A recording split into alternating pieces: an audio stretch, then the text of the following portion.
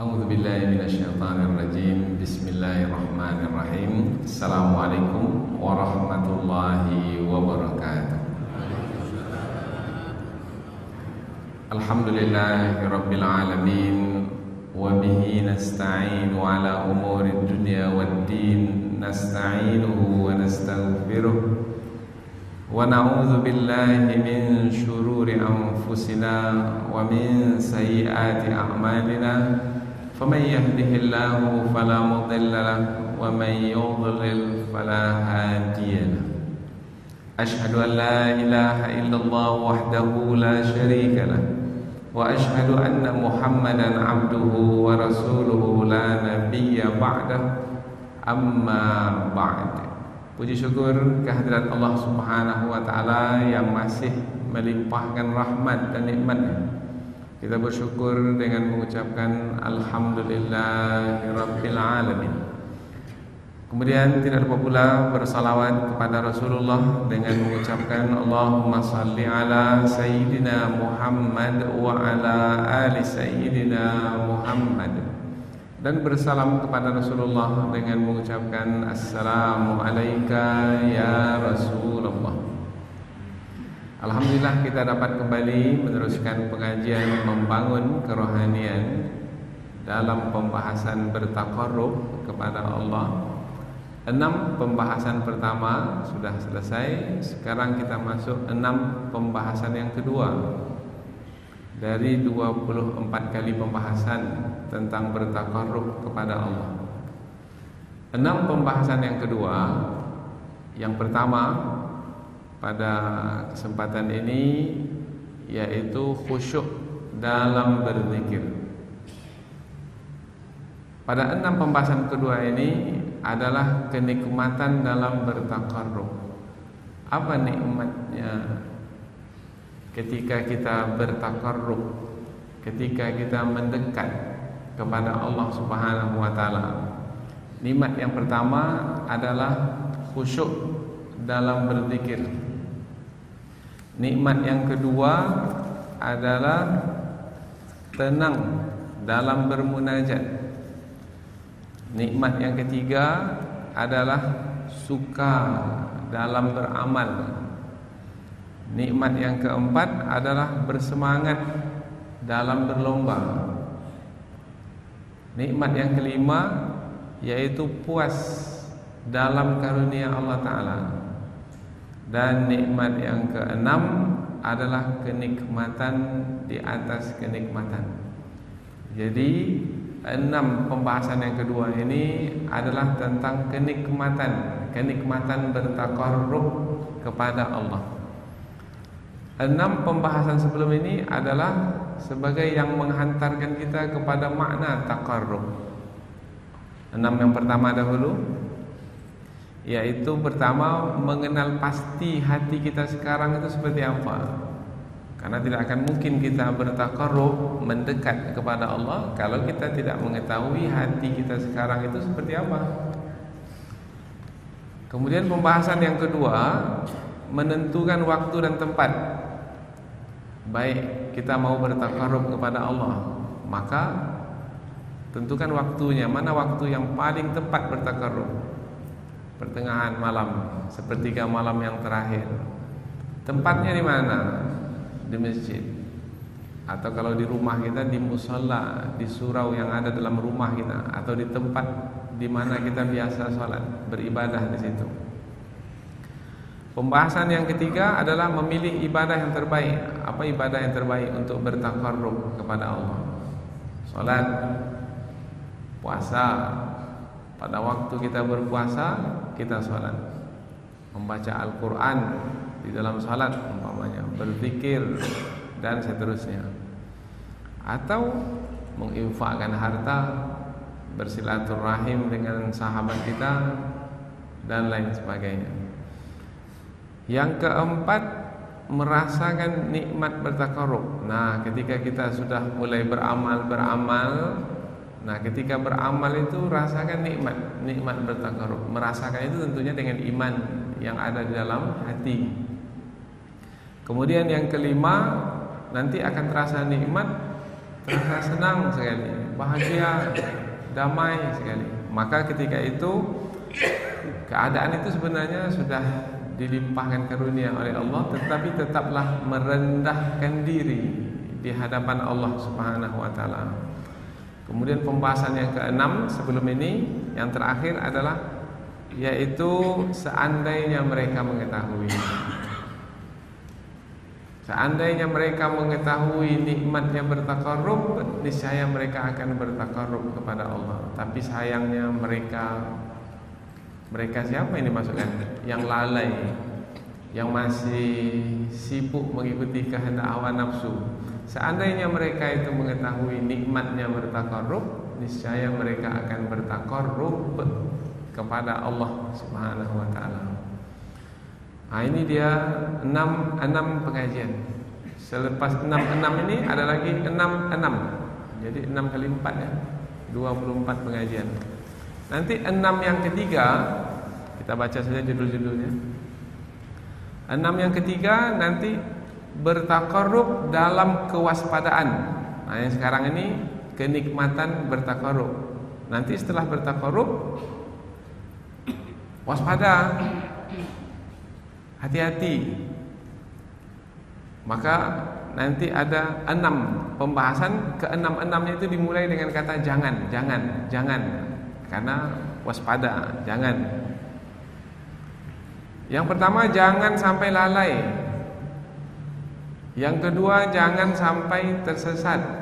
Yang ketiga, jangan hanya melihat yang zahir. Yang keempat, jangan nafsu menguasai akal. Yang kelima, jangan bunga kehidupan dunia menghalang pandangan mata hati. Yang keenam, jangan perhiasan dunia menipu pandangan hati kita. Ada 6 jangan. Kemudian tambah lagi 6 yang keempat. 6 yang keempat ini adalah pembahasan penutup dari bertakarrub kepada Allah, yaitu judulnya karena penutup. Bertakarrub itu mendekatkan diri kepada Allah. Kalau sudah dekat maka nanti akan bersama Allah. Maka judulnya bertakarrub untuk bersama. Bertakarrub kepada Allah untuk bersama dengan Allah Subhanahu wa taala. 6 pengajian pula. Yaitu yang pertama, kalau sudah bertakarrub itu kehidupan di atas kehidupan. Kehidupan kita itu sudah di atas kehidupan orang yang lalai dari mengingat Allah. Yang kedua, nanti akan didapatkan ketika bertakarrub untuk bersama itu kecerdasan dalam melihat kehidupan. Maka kita tidak akan mungkin dapat diperdaya oleh orang-orang yang meskipun pandai berbicara dengan alasan yang memukau, tidak akan mungkin dapat menipu kita, memperdaya kita, karena kita memiliki kecerdasan di dalam memandang, di dalam melihat kehidupan ini. Yang ketiga adalah penghalang dalam melihat kehidupan. Kita tahu betul apa yang menghalang kita untuk melihat kehidupan ini dengan tepat dan benar, sehingga kebersamaan itu tetap terasa. Yang keempat, bekal dalam melihat kehidupan. Maka kita siapkan terus bekal sehingga tetap terus bersama dengan Allah Subhanahu wa taala. Yang kelima, meninggikan nilai kehidupan. Tadi sudah ada kehidupan di atas kehidupan, maka ditinggikan lagi nilai kehidupan. Nanti kita akan sebut pembahasan ini satu persatu. Kemudian yang terakhir sekali dari kajian tentang bertakarrub ini adalah yang keenam, kehidupan bersama Allah. Nah, ini nanti umpamanya kita akan memahami mengapa Nabi Musa mengatakan sesungguhnya bersamaku Tuhanku yang akan memberi petunjuk kepadaku. Inna ma'iya rabbi sayahdini. sesungguhnya bersamaku, yaitu ketika Fir'aun mengejar dan tidak ada lagi tempat lari di hadapan laut membentang, di belakang pula Fir'aun mengejar yang jumlahnya jauh lebih banyak. Nah, ketika itu Nabi Musa alaihi salam merasakan kebersamaan dengan Allah Subhanahu wa taala. Setelah berusaha sekuat tenaga, tak ada lagi tempat lari. Bani Israel mengatakan, kita ini akan ditangkap dan ditawan kembali oleh Fir'aun. Ketika itu Nabi Musa mengatakan, tidak, sesungguhnya bersamaku ada Tuhanku yang akan memberikan petunjuk kepadaku. Kebersamaan Allah itu nyata.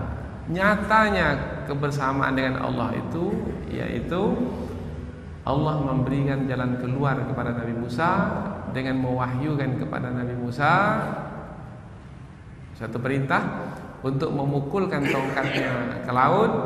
Laut menjadi terbelah. Nabi Musa dapat selamat sampai ke daratan seberang. Kemudian Fir'aun dan tentaranya ditenggelamkan di dalam Laut Merah. Nah, ini ujung dari pengajian kita tentang bertaqarrub kepada Allah Subhanahu wa taala. Berarti kalau ujungnya ini adalah bersama dengan Allah, berarti inilah kedudukan yang sangat tinggi sekali. Bersama dengan Allah itu disebut ma'iyatullah, kebersamaan dengan Allah, berarti tidak lagi bersama dengan makhluk. Kalau sudah bersama dengan Allah, berarti telah mendapatkan nilai tauhid yang sangat tinggi sekali. Nah, nilai hidup manusia itu adalah dalam mentauhidkan Allah. La ilaha illallah. Kalau sudah sampai ke tahap seperti ini, meninggal dunia, maka dia akan mudah mengucapkan la ilaha illallah, karena la ilaha illallah itu sudah menjadi nilai hidupnya setiap saat. Maka sampai ke ujung usianya ia bersama dengan la ilaha illallah. Itulah yang disebut dengan husnul khatimah, istiqamah, tetap di atas la ilaha illallah.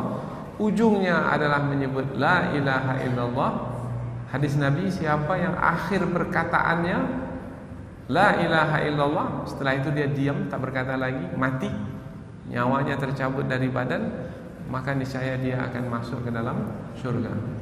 Man kana akhiru kalamihi la ilaha illallah dakhalal jannah. Siapa yang akhir perkataannya la ilaha illallah, niscaya dia akan masuk surga. Jadi ujung dari pengajian kita membangun kerohanian melalui judul bertaqarrub kepada Allah adalah kebersamaan dengan Allah Subhanahu wa taala. Husnul khatimah. Sekarang kita masuk pengajian, yaitu kenikmatan bertaqarrub. 6 pembahasan. Pembahasan yang pertama, nikmatnya bertaqarrub itu adalah khusyuk dalam berzikir. Khusyuk maknanya tenang. Ketenangan yang didapatkan karena ada ilmu di dalam hati, pengetahuan di dalam hati kita tentang Allah Subhanahu wa taala. Maka lahirlah rasa khusyuk. Khusyuk, tenang ketika bersama dengan Allah, mengingat Allah. Umpamanya khusyuk di dalam salat, tak ada ingat yang lain dalam salat kecuali Allah. Allahu Akbar, Allah Maha Besar. Selain Allah kecil. Diriku ini kecil, alam semesta ini kecil, masalah yang menimpaku itu kecil, semuanya kecil. Yang besar adalah Allah. Allah Maha Besar. Allahu Akbar, Allahu Akbar kabira, walhamdulillahi katsira. Seperti itu keadaannya, tidak ada ingat yang lain kecuali Allah. Itu akan merasakan ketenangan karena sudah bersama dengan Allah.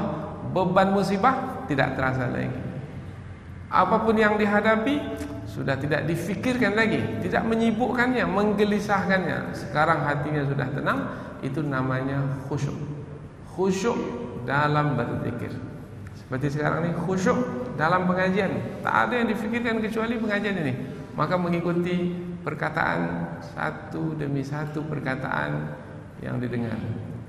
Khusyuk, tak ingat lagi yang lain kecuali pengajian ini saja. Karena ingin menjadikan pengajian ini sebagai petunjuk bagi hidup kita, bimbingan bagi hidup kita, membimbing rohani kita yang menentukan hidup kita. Tak ada teringat yang lain, hanya pengajian yang didengar saja yang menyibukkannya. Ia tenggelam dalam pengajian yang didengar ini, maka ia disebut telah khusyuk dalam pengajian. Nah, khusyuk yang datangnya dari rasa takut kepada Allah berarti khusyuk datangnya dari iman. Ada khusyuk yang datangnya dari nafsu? Ada, seperti orang yang nonton televisi itu, sandiwara atau film atau drama, ada khusyuk mengikuti adegan itu satu persatu. 2 jam terduduk di atas kursi itu melihat film itu. Ketika film itu sedih, dia ikut menangis. Ketika film itu ada, maka dia pun gembira pula. Nah, dia sibuk dengan yang dia tonton. Ini adalah khusyuk tapi dari nafsu. Maka kita tidak sebut dia khusyuk, karena kata khusyuk kita tidak pakaikan di situ. Khusyuk juga, tenang, tidak ada buat apa-apa, dia lihat saja. Tapi itu sebabnya adalah nafsu.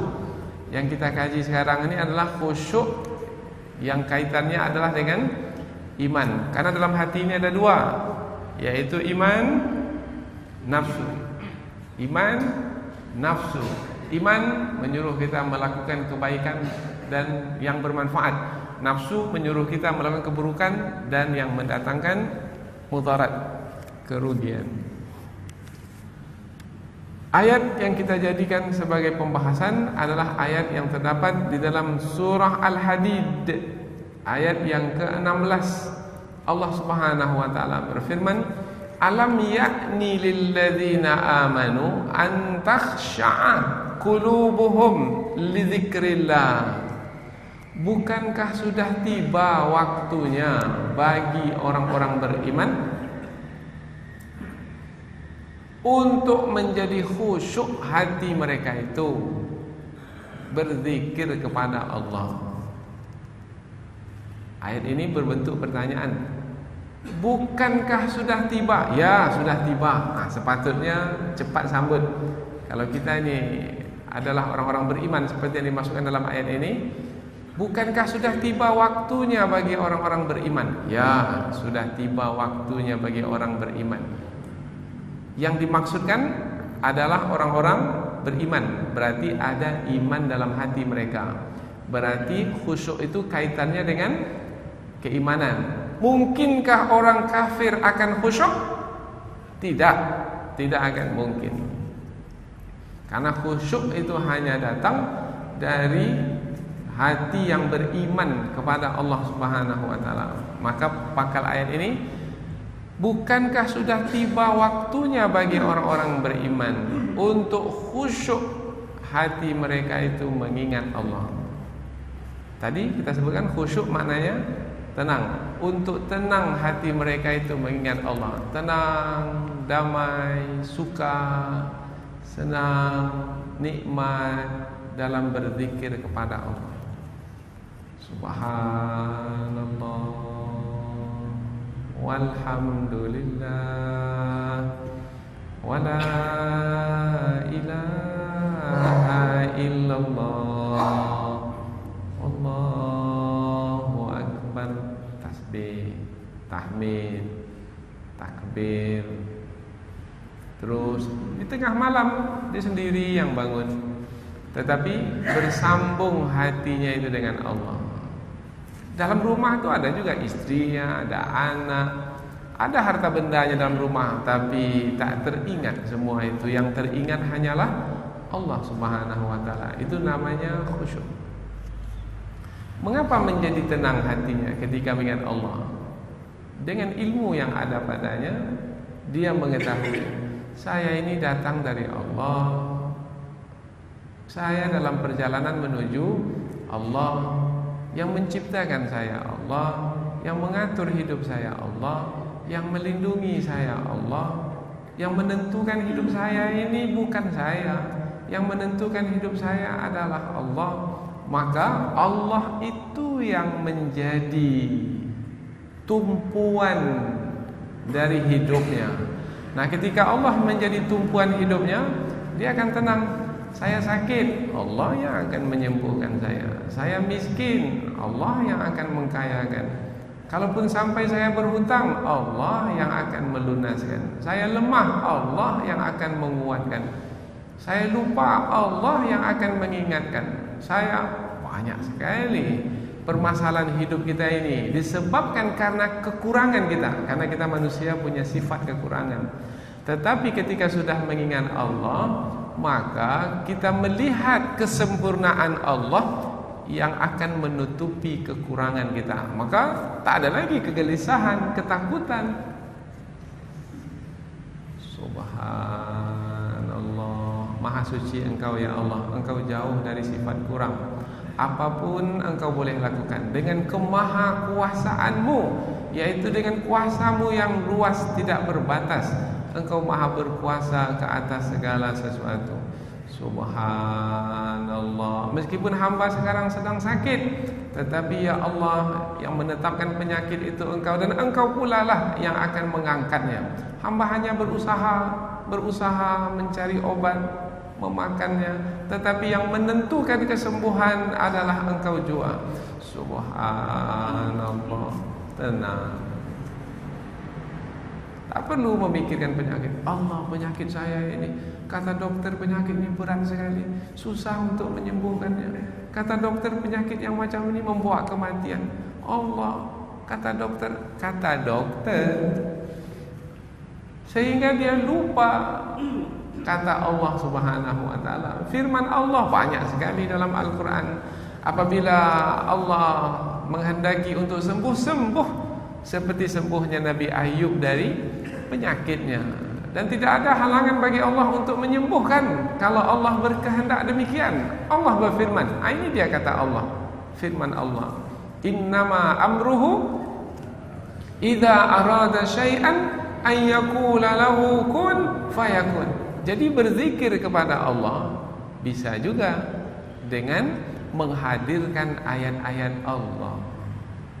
Maka ulama tafsir ketika menafsirkan ayat ini, bukankah sudah tiba waktunya bagi orang-orang beriman untuk khusyuk hati mereka berzikir kepada Allah? Maknanya untuk lembut hati mereka membaca Al-Quran. Ada yang menafsirkan begitu. Jadi zikrullah, berzikir kepada Allah, yang dimaksudkan dalam ayat ini, ada di antara ulama tafsir menyebutkan itu adalah Al-Quran. Karena dengan membaca Al-Quran, kemudian kita mendapatkan pengetahuan. Isinya dalam apa? Isinya dalam adalah Allah Subhanahu wa ta'ala, mentauhidkan Allah. Kisah-kisah tentang kemahakuasaan Allah pada Nabi Adam, pada Nabi Nuh, pada Nabi Ibrahim. Semuanya menerangkan tentang kemahakuasaan Allah. Dalam kisah-kisah terdahulu hadir Allah Subhanahu wa ta'ala dalam hidupnya ketika ia membaca Al-Quran, sehingga ia mengingat Allah, maka disebutlah Al-Quran itu sebagai zikir, yaitu yang mengingatkan kepada Allah. Bahkan Allah sendiri menyebut Al-Quran sebagai zikir. Inna nahnu nazzalna zikra. Sesungguhnya kami sungguh telah menurunkan zikir itu. Ulama tafsir bersepakat yang dimaksudkan dengan zikir yang diturunkan itu adalah Al-Quran. Sesungguhnya kami telah menurunkan Al-Quran itu. Wa inna lahu lahafizun. Kami yang menurunkan Al-Quran itu, Al-Quran sebagai zikir, dan kami pula yang akan memeliharanya. Alam ya'ni lilladzina amanu an takhsha'a qulubuhum li dzikrillah. Bukankah sudah tiba waktunya bagi orang-orang beriman untuk khusyuk hati mereka itu mengingat Allah. Nah, kalau sudah sampai ke tahap khusyuk mengingat Allah, seperti yang kita sebutkan tadi, tidak lagi teringat kecuali hanya Allah, maka kita akan berada dalam kenikmatan.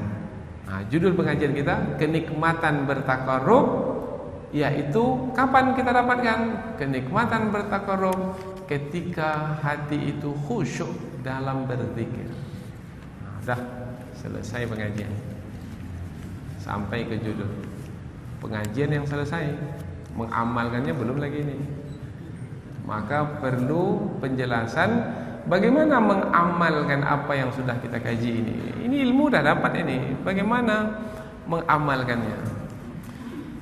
Ada petua. Petuanya adalah mendatangkan rasa takut di dalam hati.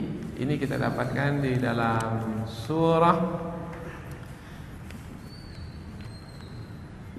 surah Al-Hasyr ayat yang ke-21. Karena kata takut di dalam ayat ini kata khusyuk di dalam ayat ini dikaitkan dengan rasa takut. Jadi akan khusyuk apabila ada rasa takut. Ini petua untuk mengamalkan supaya dapat khusyuk.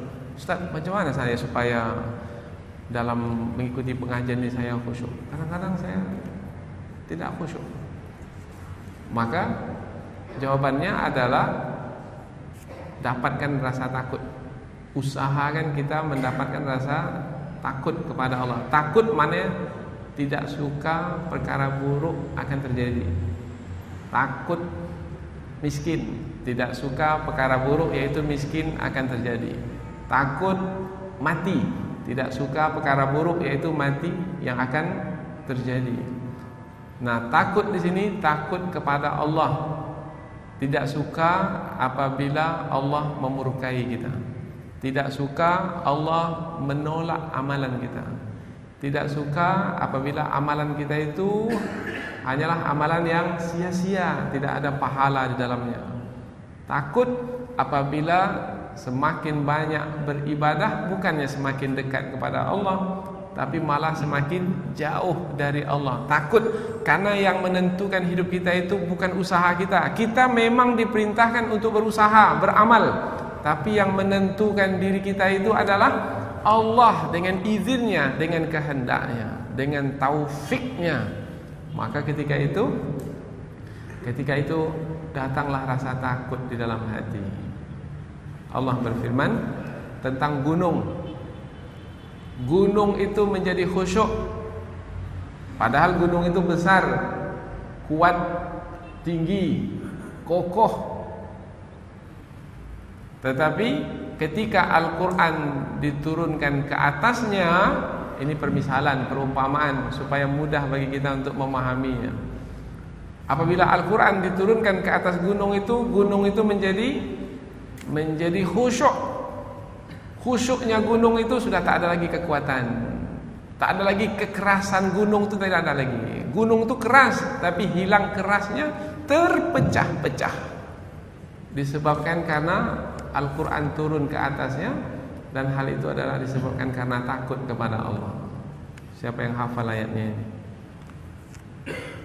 Seandainya kami menurunkan Al-Quran itu ke atas gunung, niscaya kamu akan melihat gunung itu khusyuk, disebabkan takut kepada Allah.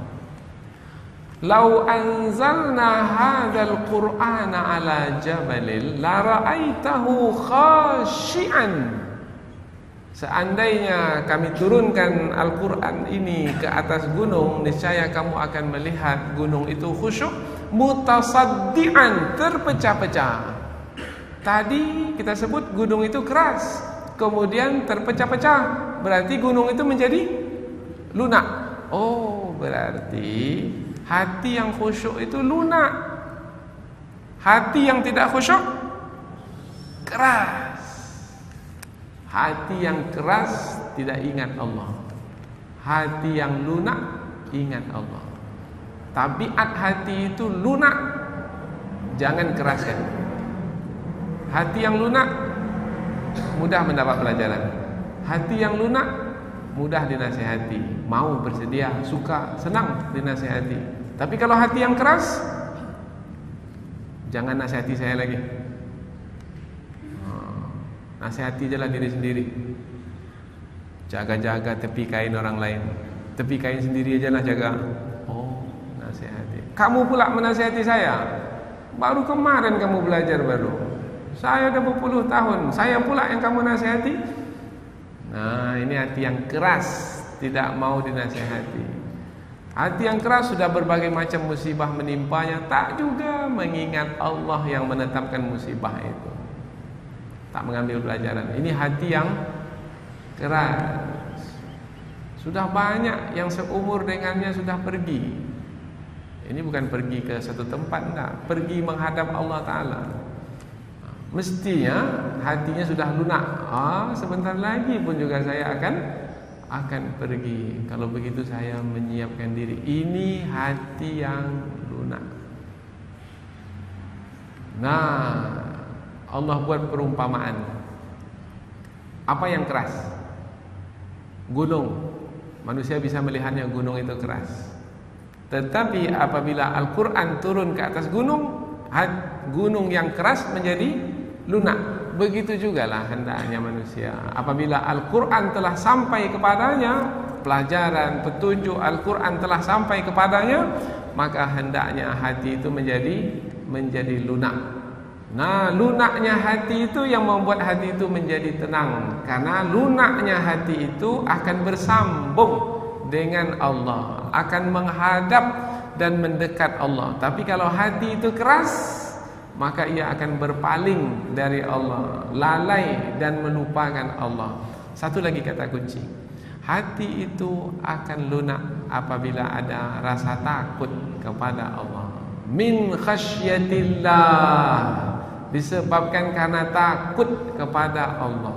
Karena yang menjadi penentu hidup kita bukan kita. Yang menentukan hidup kita ini adalah Allah. Akan sehatkah kita terus atau akan ditimpa musibah berupa penyakit kah atau kemalangan kah? Itu hanya Allah yang menentukan, kita tidak.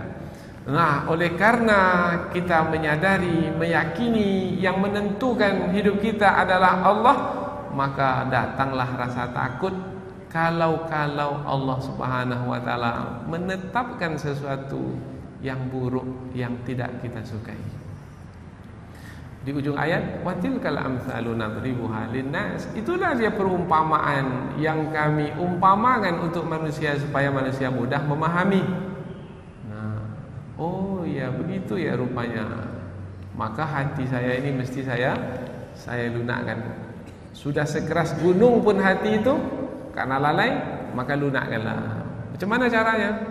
Dengan melahirkan rasa takut di dalam hati itu. Itulah dia perumpamaan yang kami umpamakan, yang kami buatkan untuk manusia, la'allahum yatafakkarun, mudah-mudahan mereka mau berfikir. Nah, kita sudah memahami tadi kenikmatan dalam bertakarrub, yaitu khusyuk dalam berzikir.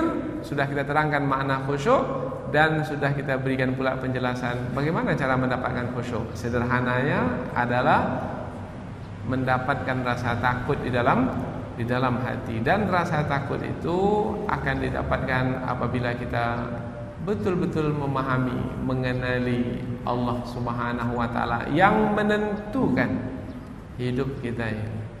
Nah, ini pengajian yang pertama, yaitu khusyuk dalam berzikir. Nanti kita akan sambung lagi pengajian yang kedua, ketiga, keempat, kelima, keenam. 6 pembahasan dalam kenikmatan bertakarrub kepada Allah. Mudah-mudahan apa yang kita pelajari ini ada manfaatnya, insyaallah. Subhanakallahumma wa bihamdika asyhadu an la ilaha illa anta wa astaghfiruka wa atubu ilaik. Wassalamualaikum warahmatullahi wabarakatuh.